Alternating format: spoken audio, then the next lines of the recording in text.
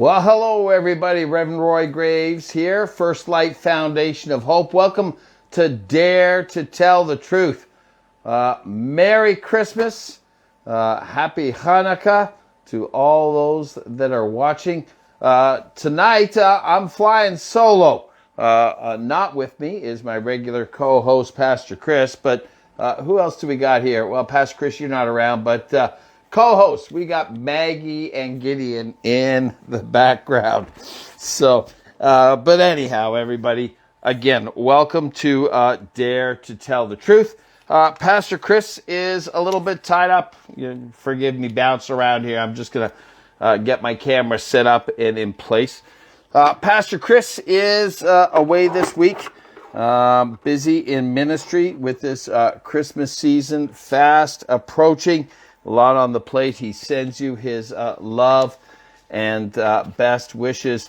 But nonetheless, I wanted to come to you and do our regular Israel update and talk to you a little bit about what's been going on in the Middle East this past week. So, as always, when we come to you with our Israel update, I always like to start out by letting you know the status of the remaining hostages. And yet again, as we reported last week, there still remains one final hostage to be released to conclude phase one of President Trump's 20-point plan.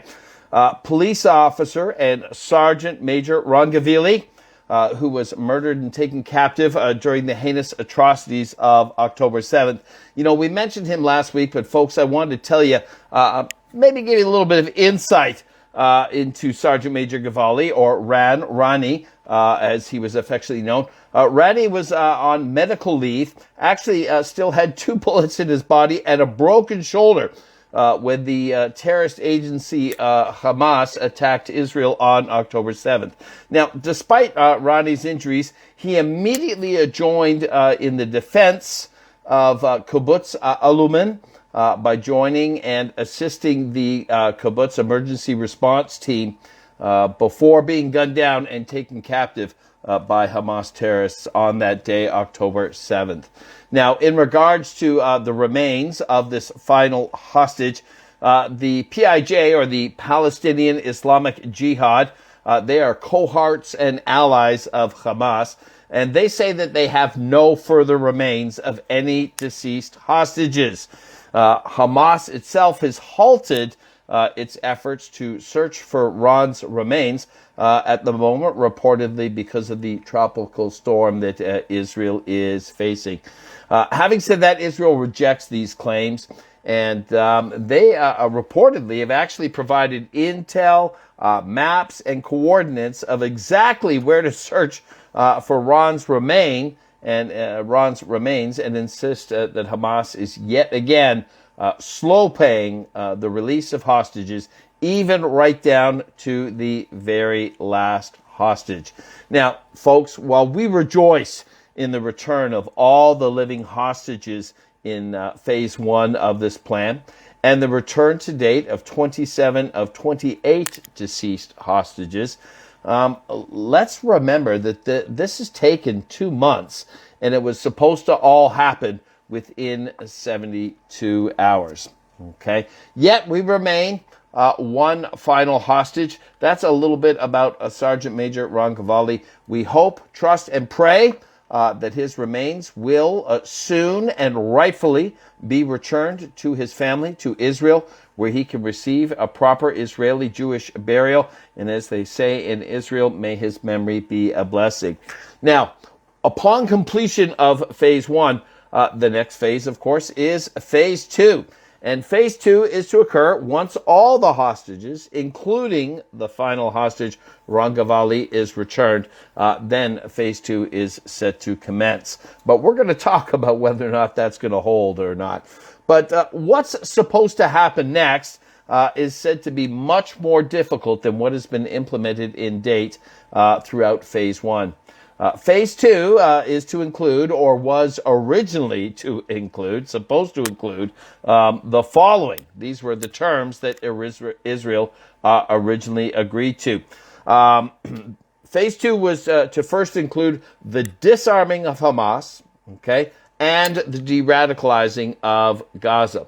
The dissolution of Hamas and the decommissioning of any governance in Gaza. They are to have no role or play no role in the governance of Gaza. In the second phase of the 20-point plan, the insertion of an international security force, the ISF, to be implemented and placed to maintain peace and security after the decommissioning of Hamas and the disarming of Hamas. Also, the establishment of a temporary governance in Gaza, also known as the technocratic Palestinian governance. If you want to know what a technocratic Palestinian governance is, leave a comment, send me an email, info@foundationofhope.ca, and I'd be more than happy to explain that to you. Okay, but with the implementation of a technocratic Palestinian governance, they would then commence with the reconstruction and the economic redevelopment of the Gaza Strip. And we were initially told that this would not occur until Hamas is disarmed, out of the picture, that there would be no rebuilding in any areas where Hamas still existed. And all this was to happen under the direction of the Board of Peace, chaired by none other than President Donald J. Trump and co-chaired by former British Prime Minister Tony Blair. Now, at least, folks, that was the plan and the conditions that Israel agreed to, okay?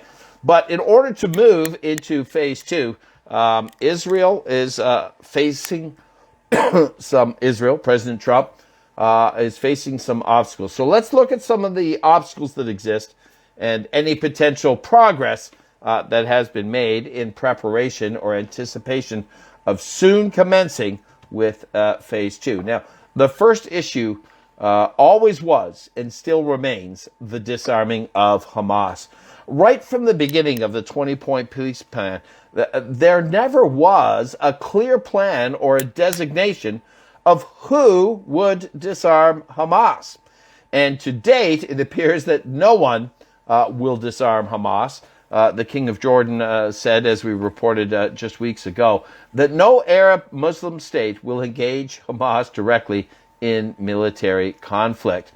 So now there still remains, despite this not knowing who will disarm Hamas, and a lack of clarity as to what role the ISF was intended or will play, there yet remains a plan to install the ISF, the International Security Force. And where is it being proposed that the ISF will first be deployed? On the Yellow Line. Okay, you may remember the Yellow Line. This is the first level that the IDF troops withdrew from when they were on the verge of destroying Hamas, having their governance over Gaza City when this peace plan was implemented. And, upon the exchanging of hostages, the releasing of hostages, which, as we mentioned, was supposed to occur in 72 hours, Israel immediately withdrew to what was called the Yellow Line. It's now suggested that this Yellow Line might be the new Gaza border. But nonetheless, Israel is currently on a Yellow Line where they're controlling approximately 52% of Gaza, and Hamas is has returned into the stronghold where they retain control of approximately 48% of Gaza. But the vast majority of the population of Palestinians are within this 48%, now being called the red zone, that Hamas controls. So, the ISF is to be positioned or stationed or discharged on the Yellow Line. So, consider this, that as this is being prepared, apparently reports are being made that we're starting to see uniformed armed soldiers, international armed soldiers from different countries beginning to land in Israel from different countries throughout Europe and all over the world. Apparently the ISF will assemble on the Yellow Line, and essentially, because they're not willing to disarm Hamas, they're going to become a barrier between Hamas and the IDF. Okay? So not only has Hamas slow-played the return of the hostages, not only have they repeatedly said that they will not disarm, they've repeatedly violated the ceasefire, they've repeatedly had pockets of terrorists pop up from tunnels, go beyond the yellow line and attack with small arm fire, RPG, anti-tank missiles, and fired upon and killed IDF soldiers, to which Israel, of course, did what they've always said they would do. They responded with military force, indicating that they will not tolerate any attack on Israel or its brave soldiers. Now, again, this is all under what's supposed to be a current ceasefire in the 20-point plan. But now if this ISF assumes the yellow line, while Hamas has not been disarmed, they're essentially going to create an international buffer between an armed terrorist Hamas and the IDF along Israel's sovereign border. Okay? Now, as I said, the King of Jordan said no Arab or Muslim nation will confront Hamas and disarm Hamas. But who eagerly wants to be a part of the ISF that would potentially be dispatched to the yellow line? Well, that would be one player called Turkey. Okay? Turkey wants desperately apparently is what we're being told, to put 2,000 armed soldiers on Israel's soil between Hamas and the IDF. Okay, so it appears not only will the ISF not disarm Hamas, but they're actually going to shield them. Despite claims of both Israel and the United States that Hamas will disarm, either the easy way or the hard way. We've heard this a multitude of times. Folks, if it is the hard way, this essentially means that it has to be done by the IDF, the only force in the Middle East who is willing and capable to disarm Hamas. Okay? But now, with a potential ISF on the yellow line, if disarming Hamas had to be done the hard way, Israel will now have to pass through or penetrate a primarily hostile Arab Muslim international force to get the job done. Okay? And apparently, this is the next process of implementing phase 2 of the 20-point plan. So, in regards to discussions this past week of this transition, Qatar hosted what was called the Doha Forum. And the Doha Forum, Qatar hosted approximately 150 international leaders, which, interestingly, I happened to read that apparently it included Bill Gates. Not sure what Bill Gates has to do with the 20-point peace plan or the Middle East, but just throwing it out there, folks. Bill Gates was in attendance. The majority of Arab nations in attendance were approving some of the things that I just relayed to you in the implementation of the next level of phase 2. As I explained, it's basically commence phase 2 with or without the return of the final hostage, with an armed Hamas, potentially with Turkish soldiers on the ground, and essentially force Israel to commence its next level of retreat, which, by the way, wasn't supposed to happen until Hamas was disarmed, dismantled, not in governance, and this technocratic Palestinian governance was in place with an ISF security to maintain peace and security in Gaza. That's when Israel was scheduled, according to the original 20-point plan, to make their next level of retreat. But instead, with the installation of armed enemies on Israel's soil, who are so very, very eager to work with President Trump, a thought was going through my mind.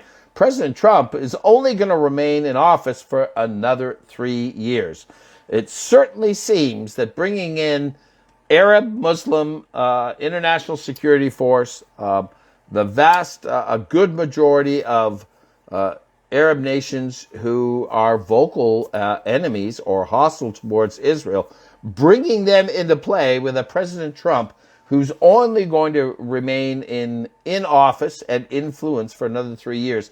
It certainly seems to be setting the stage for an Ezekiel 38:26 showdown. Whether it would take a full 3 years or not yet remains to be seen. But who are the major players at the Doha Forum and at the ISF? It's the likes of Turkey, Qatar, Egypt, Syria, and Saudi Arabia. And the vast majority of these players can be found in Ezekiel 38. So I've made a couple mentions of Turkey. Well, Turkey was in the headlines this week as well on two different fronts. So the U.S. ambassador to Turkey is one Tom Barak. And Tom Barak made some statements, and as a result of his statements, he's now set to make a trip to Israel, make nice, and make some apologies. Okay, he made some comments concerning Israel, and while he was acknowledging them or comparing them as the only democratic state in the Middle East, for some reason he also mentioned that perhaps they were compared them to being a benevolent monarchy. This was not received well by Israel, and he has been instructed by his superiors, I'm assuming Trump is somewhere in that, to go and make nice with Israel and make some apologies and try and patch things up there. But also of concern, again, under the influence of Tom Barak, U.S. ambassador to Turkey, now there is a consideration or an urging towards President Trump to reconsider and put back on the table the sale of F-35 stealth fighters to Turkey. So listen, folks, on the back of Trump recently agreeing to the sale of said aircraft to Saudi Arabia, now with pressure on Israel to relent to having armed Turkish soldiers, enemy of Israel, major supporters of the Muslim Brotherhood on their soil, to also is the provision of F-35s going to be made to this supposed NATO ally? Is it going to be back on the table? Certainly areas of concern for Israel. We mentioned Syria. When it comes to Syria, folks, Syria is the nation, host nation of the famous city of Damascus, of course. And Trump has been singing the praises of Syria under their new regime. You may remember a former al-Qaeda terrorist is now President Ahmad al-Shara. Only 1 year ago, he had a $10 million U.S. bounty on his head. But now he's the head of the newly reformed Syria, the new diplomatic moderate leader. And according to Trump, he's very happy. He's doing good things, and he's very happy with the progress that Syria is making. El-Shara has visited the White House. They floated ideas of peace with Israel, joining the Abraham Accords, and normalizing ties with Israel. So, folks, I want to, in light of President Trump recognition and great praise, I want to take a look at some of the great things that El-Shara is doing in Syria. Okay? So, President El-Shara has sort of stopped in a lot of these discussions and has demanded that Israel withdraw from southern Syria. You may remember some vicious attacks on the Jews community, who the Jews are faithful to Israel, and Israel is faithful to the protection of the Jews community in Syria. But President El-Shara demanded that Israel withdraw from southern Syria and the Golan Heights, the very same Golan Heights that President Trump in his first term declared were sovereign Israel land, and I actually think they erected a sign calling a portion of the Golan Heights Trump Heights. Okay. Now, also this week, Syria was, there's several video. Well, there's one video. It's circulating all over the internet. There was a 1 year celebration of the overthrowing of the former Syrian regime, and there was a military display of this 1 year anniversary. And President al-Shara was in attendance, hosting armed Syrian soldiers who were conducting themselves on the parade square with chants of, now bear with me, my Arabic's not so good, but I'm going to give it a shot. Khaybar, Khaybar, Ya Yahud, Jayish Muhammad Sufa Yaud. Okay? This basically means, continue the death of the Jews is done by Khaybar, and see the rise of the Muslim army. Okay. Further chants, which I'll just say them in English for your sake, declared Gaza, Gaza, our rally cry, victory and steadfastness, night and day. We rise against you, O enemy. We rise from the mountains of fire. We make our way. From blood I forge my ammunition. From your blood rivers flow. Folks, this is the new modern Syria that is doing great things, who President Trump is urging Israel to make nice with. Now, the Board of Peace, okay? Folks, the more and more I look at this Board of Peace in conjunction with the ISF, the more and more it's beginning to look a lot like an Esau-Ishmael alliance rather than a normalization peace plan with Israel. Trump is urging the involvement of Turkey, who, as I've said, major Muslim Brotherhood supporter, Qatar, major Hamas funder, and Syria, who, as I just explained, is now led by the ex-Al-Qaeda, now diplomat president. Okay, President Trump is urging that these guys all be a part of the Board of Peace. And, and of the board this week, President Trump made a statement. He said, the Board of Peace will be legendary. It will be like no other. Everybody wants in. Okay. And on a final note concerning the Board of Peace, it now appears that Tony Blair, the ex-British Prime Minister, will not co-lead the board as a result of the disgruntled Arab nations at the Doha table. Instead, perhaps a former UAE UN officer will assume that role. You know, folks, the more and more this Board of Peace assembles and moves forward, the more and more reminds me of Daniel 9:27, the covenant with many that eventually will betray Israel. Okay. On a last note, Trump and Netanyahu. These are the two main characters supposedly on the good side, supposedly a great brotherhood and alliance. I have no doubt that that didn't come out right. I have no doubt they're on the good side, but I'm talking about this supposed great friendship between President Trump and Prime Minister Netanyahu. So in the flurry of all this activity, Trump has beckoned yet again another visit with Prime Minister Netanyahu. So it has a date has been set on December 29th. Prime Minister Netanyahu will fly to the Mar-a-Lago resort in Florida for now a sixth visit with President Trump.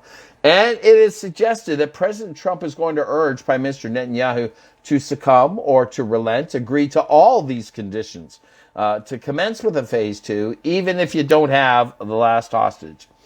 Let your enemy and hater, Turkey, send in 2,000 armed soldiers into your land to assist as a buffer between your other enemy, a still armed Hamas, okay, and trust the process that Hamas, despite declaring loudly and repeatedly that they will not disarm and that no country is going to attempt to disarm them, yet Hamas will relent and surrender weapons to a technocratic Palestinian governance who, in like fashion, has a similar ethos of destroying Israel from the river to the sea.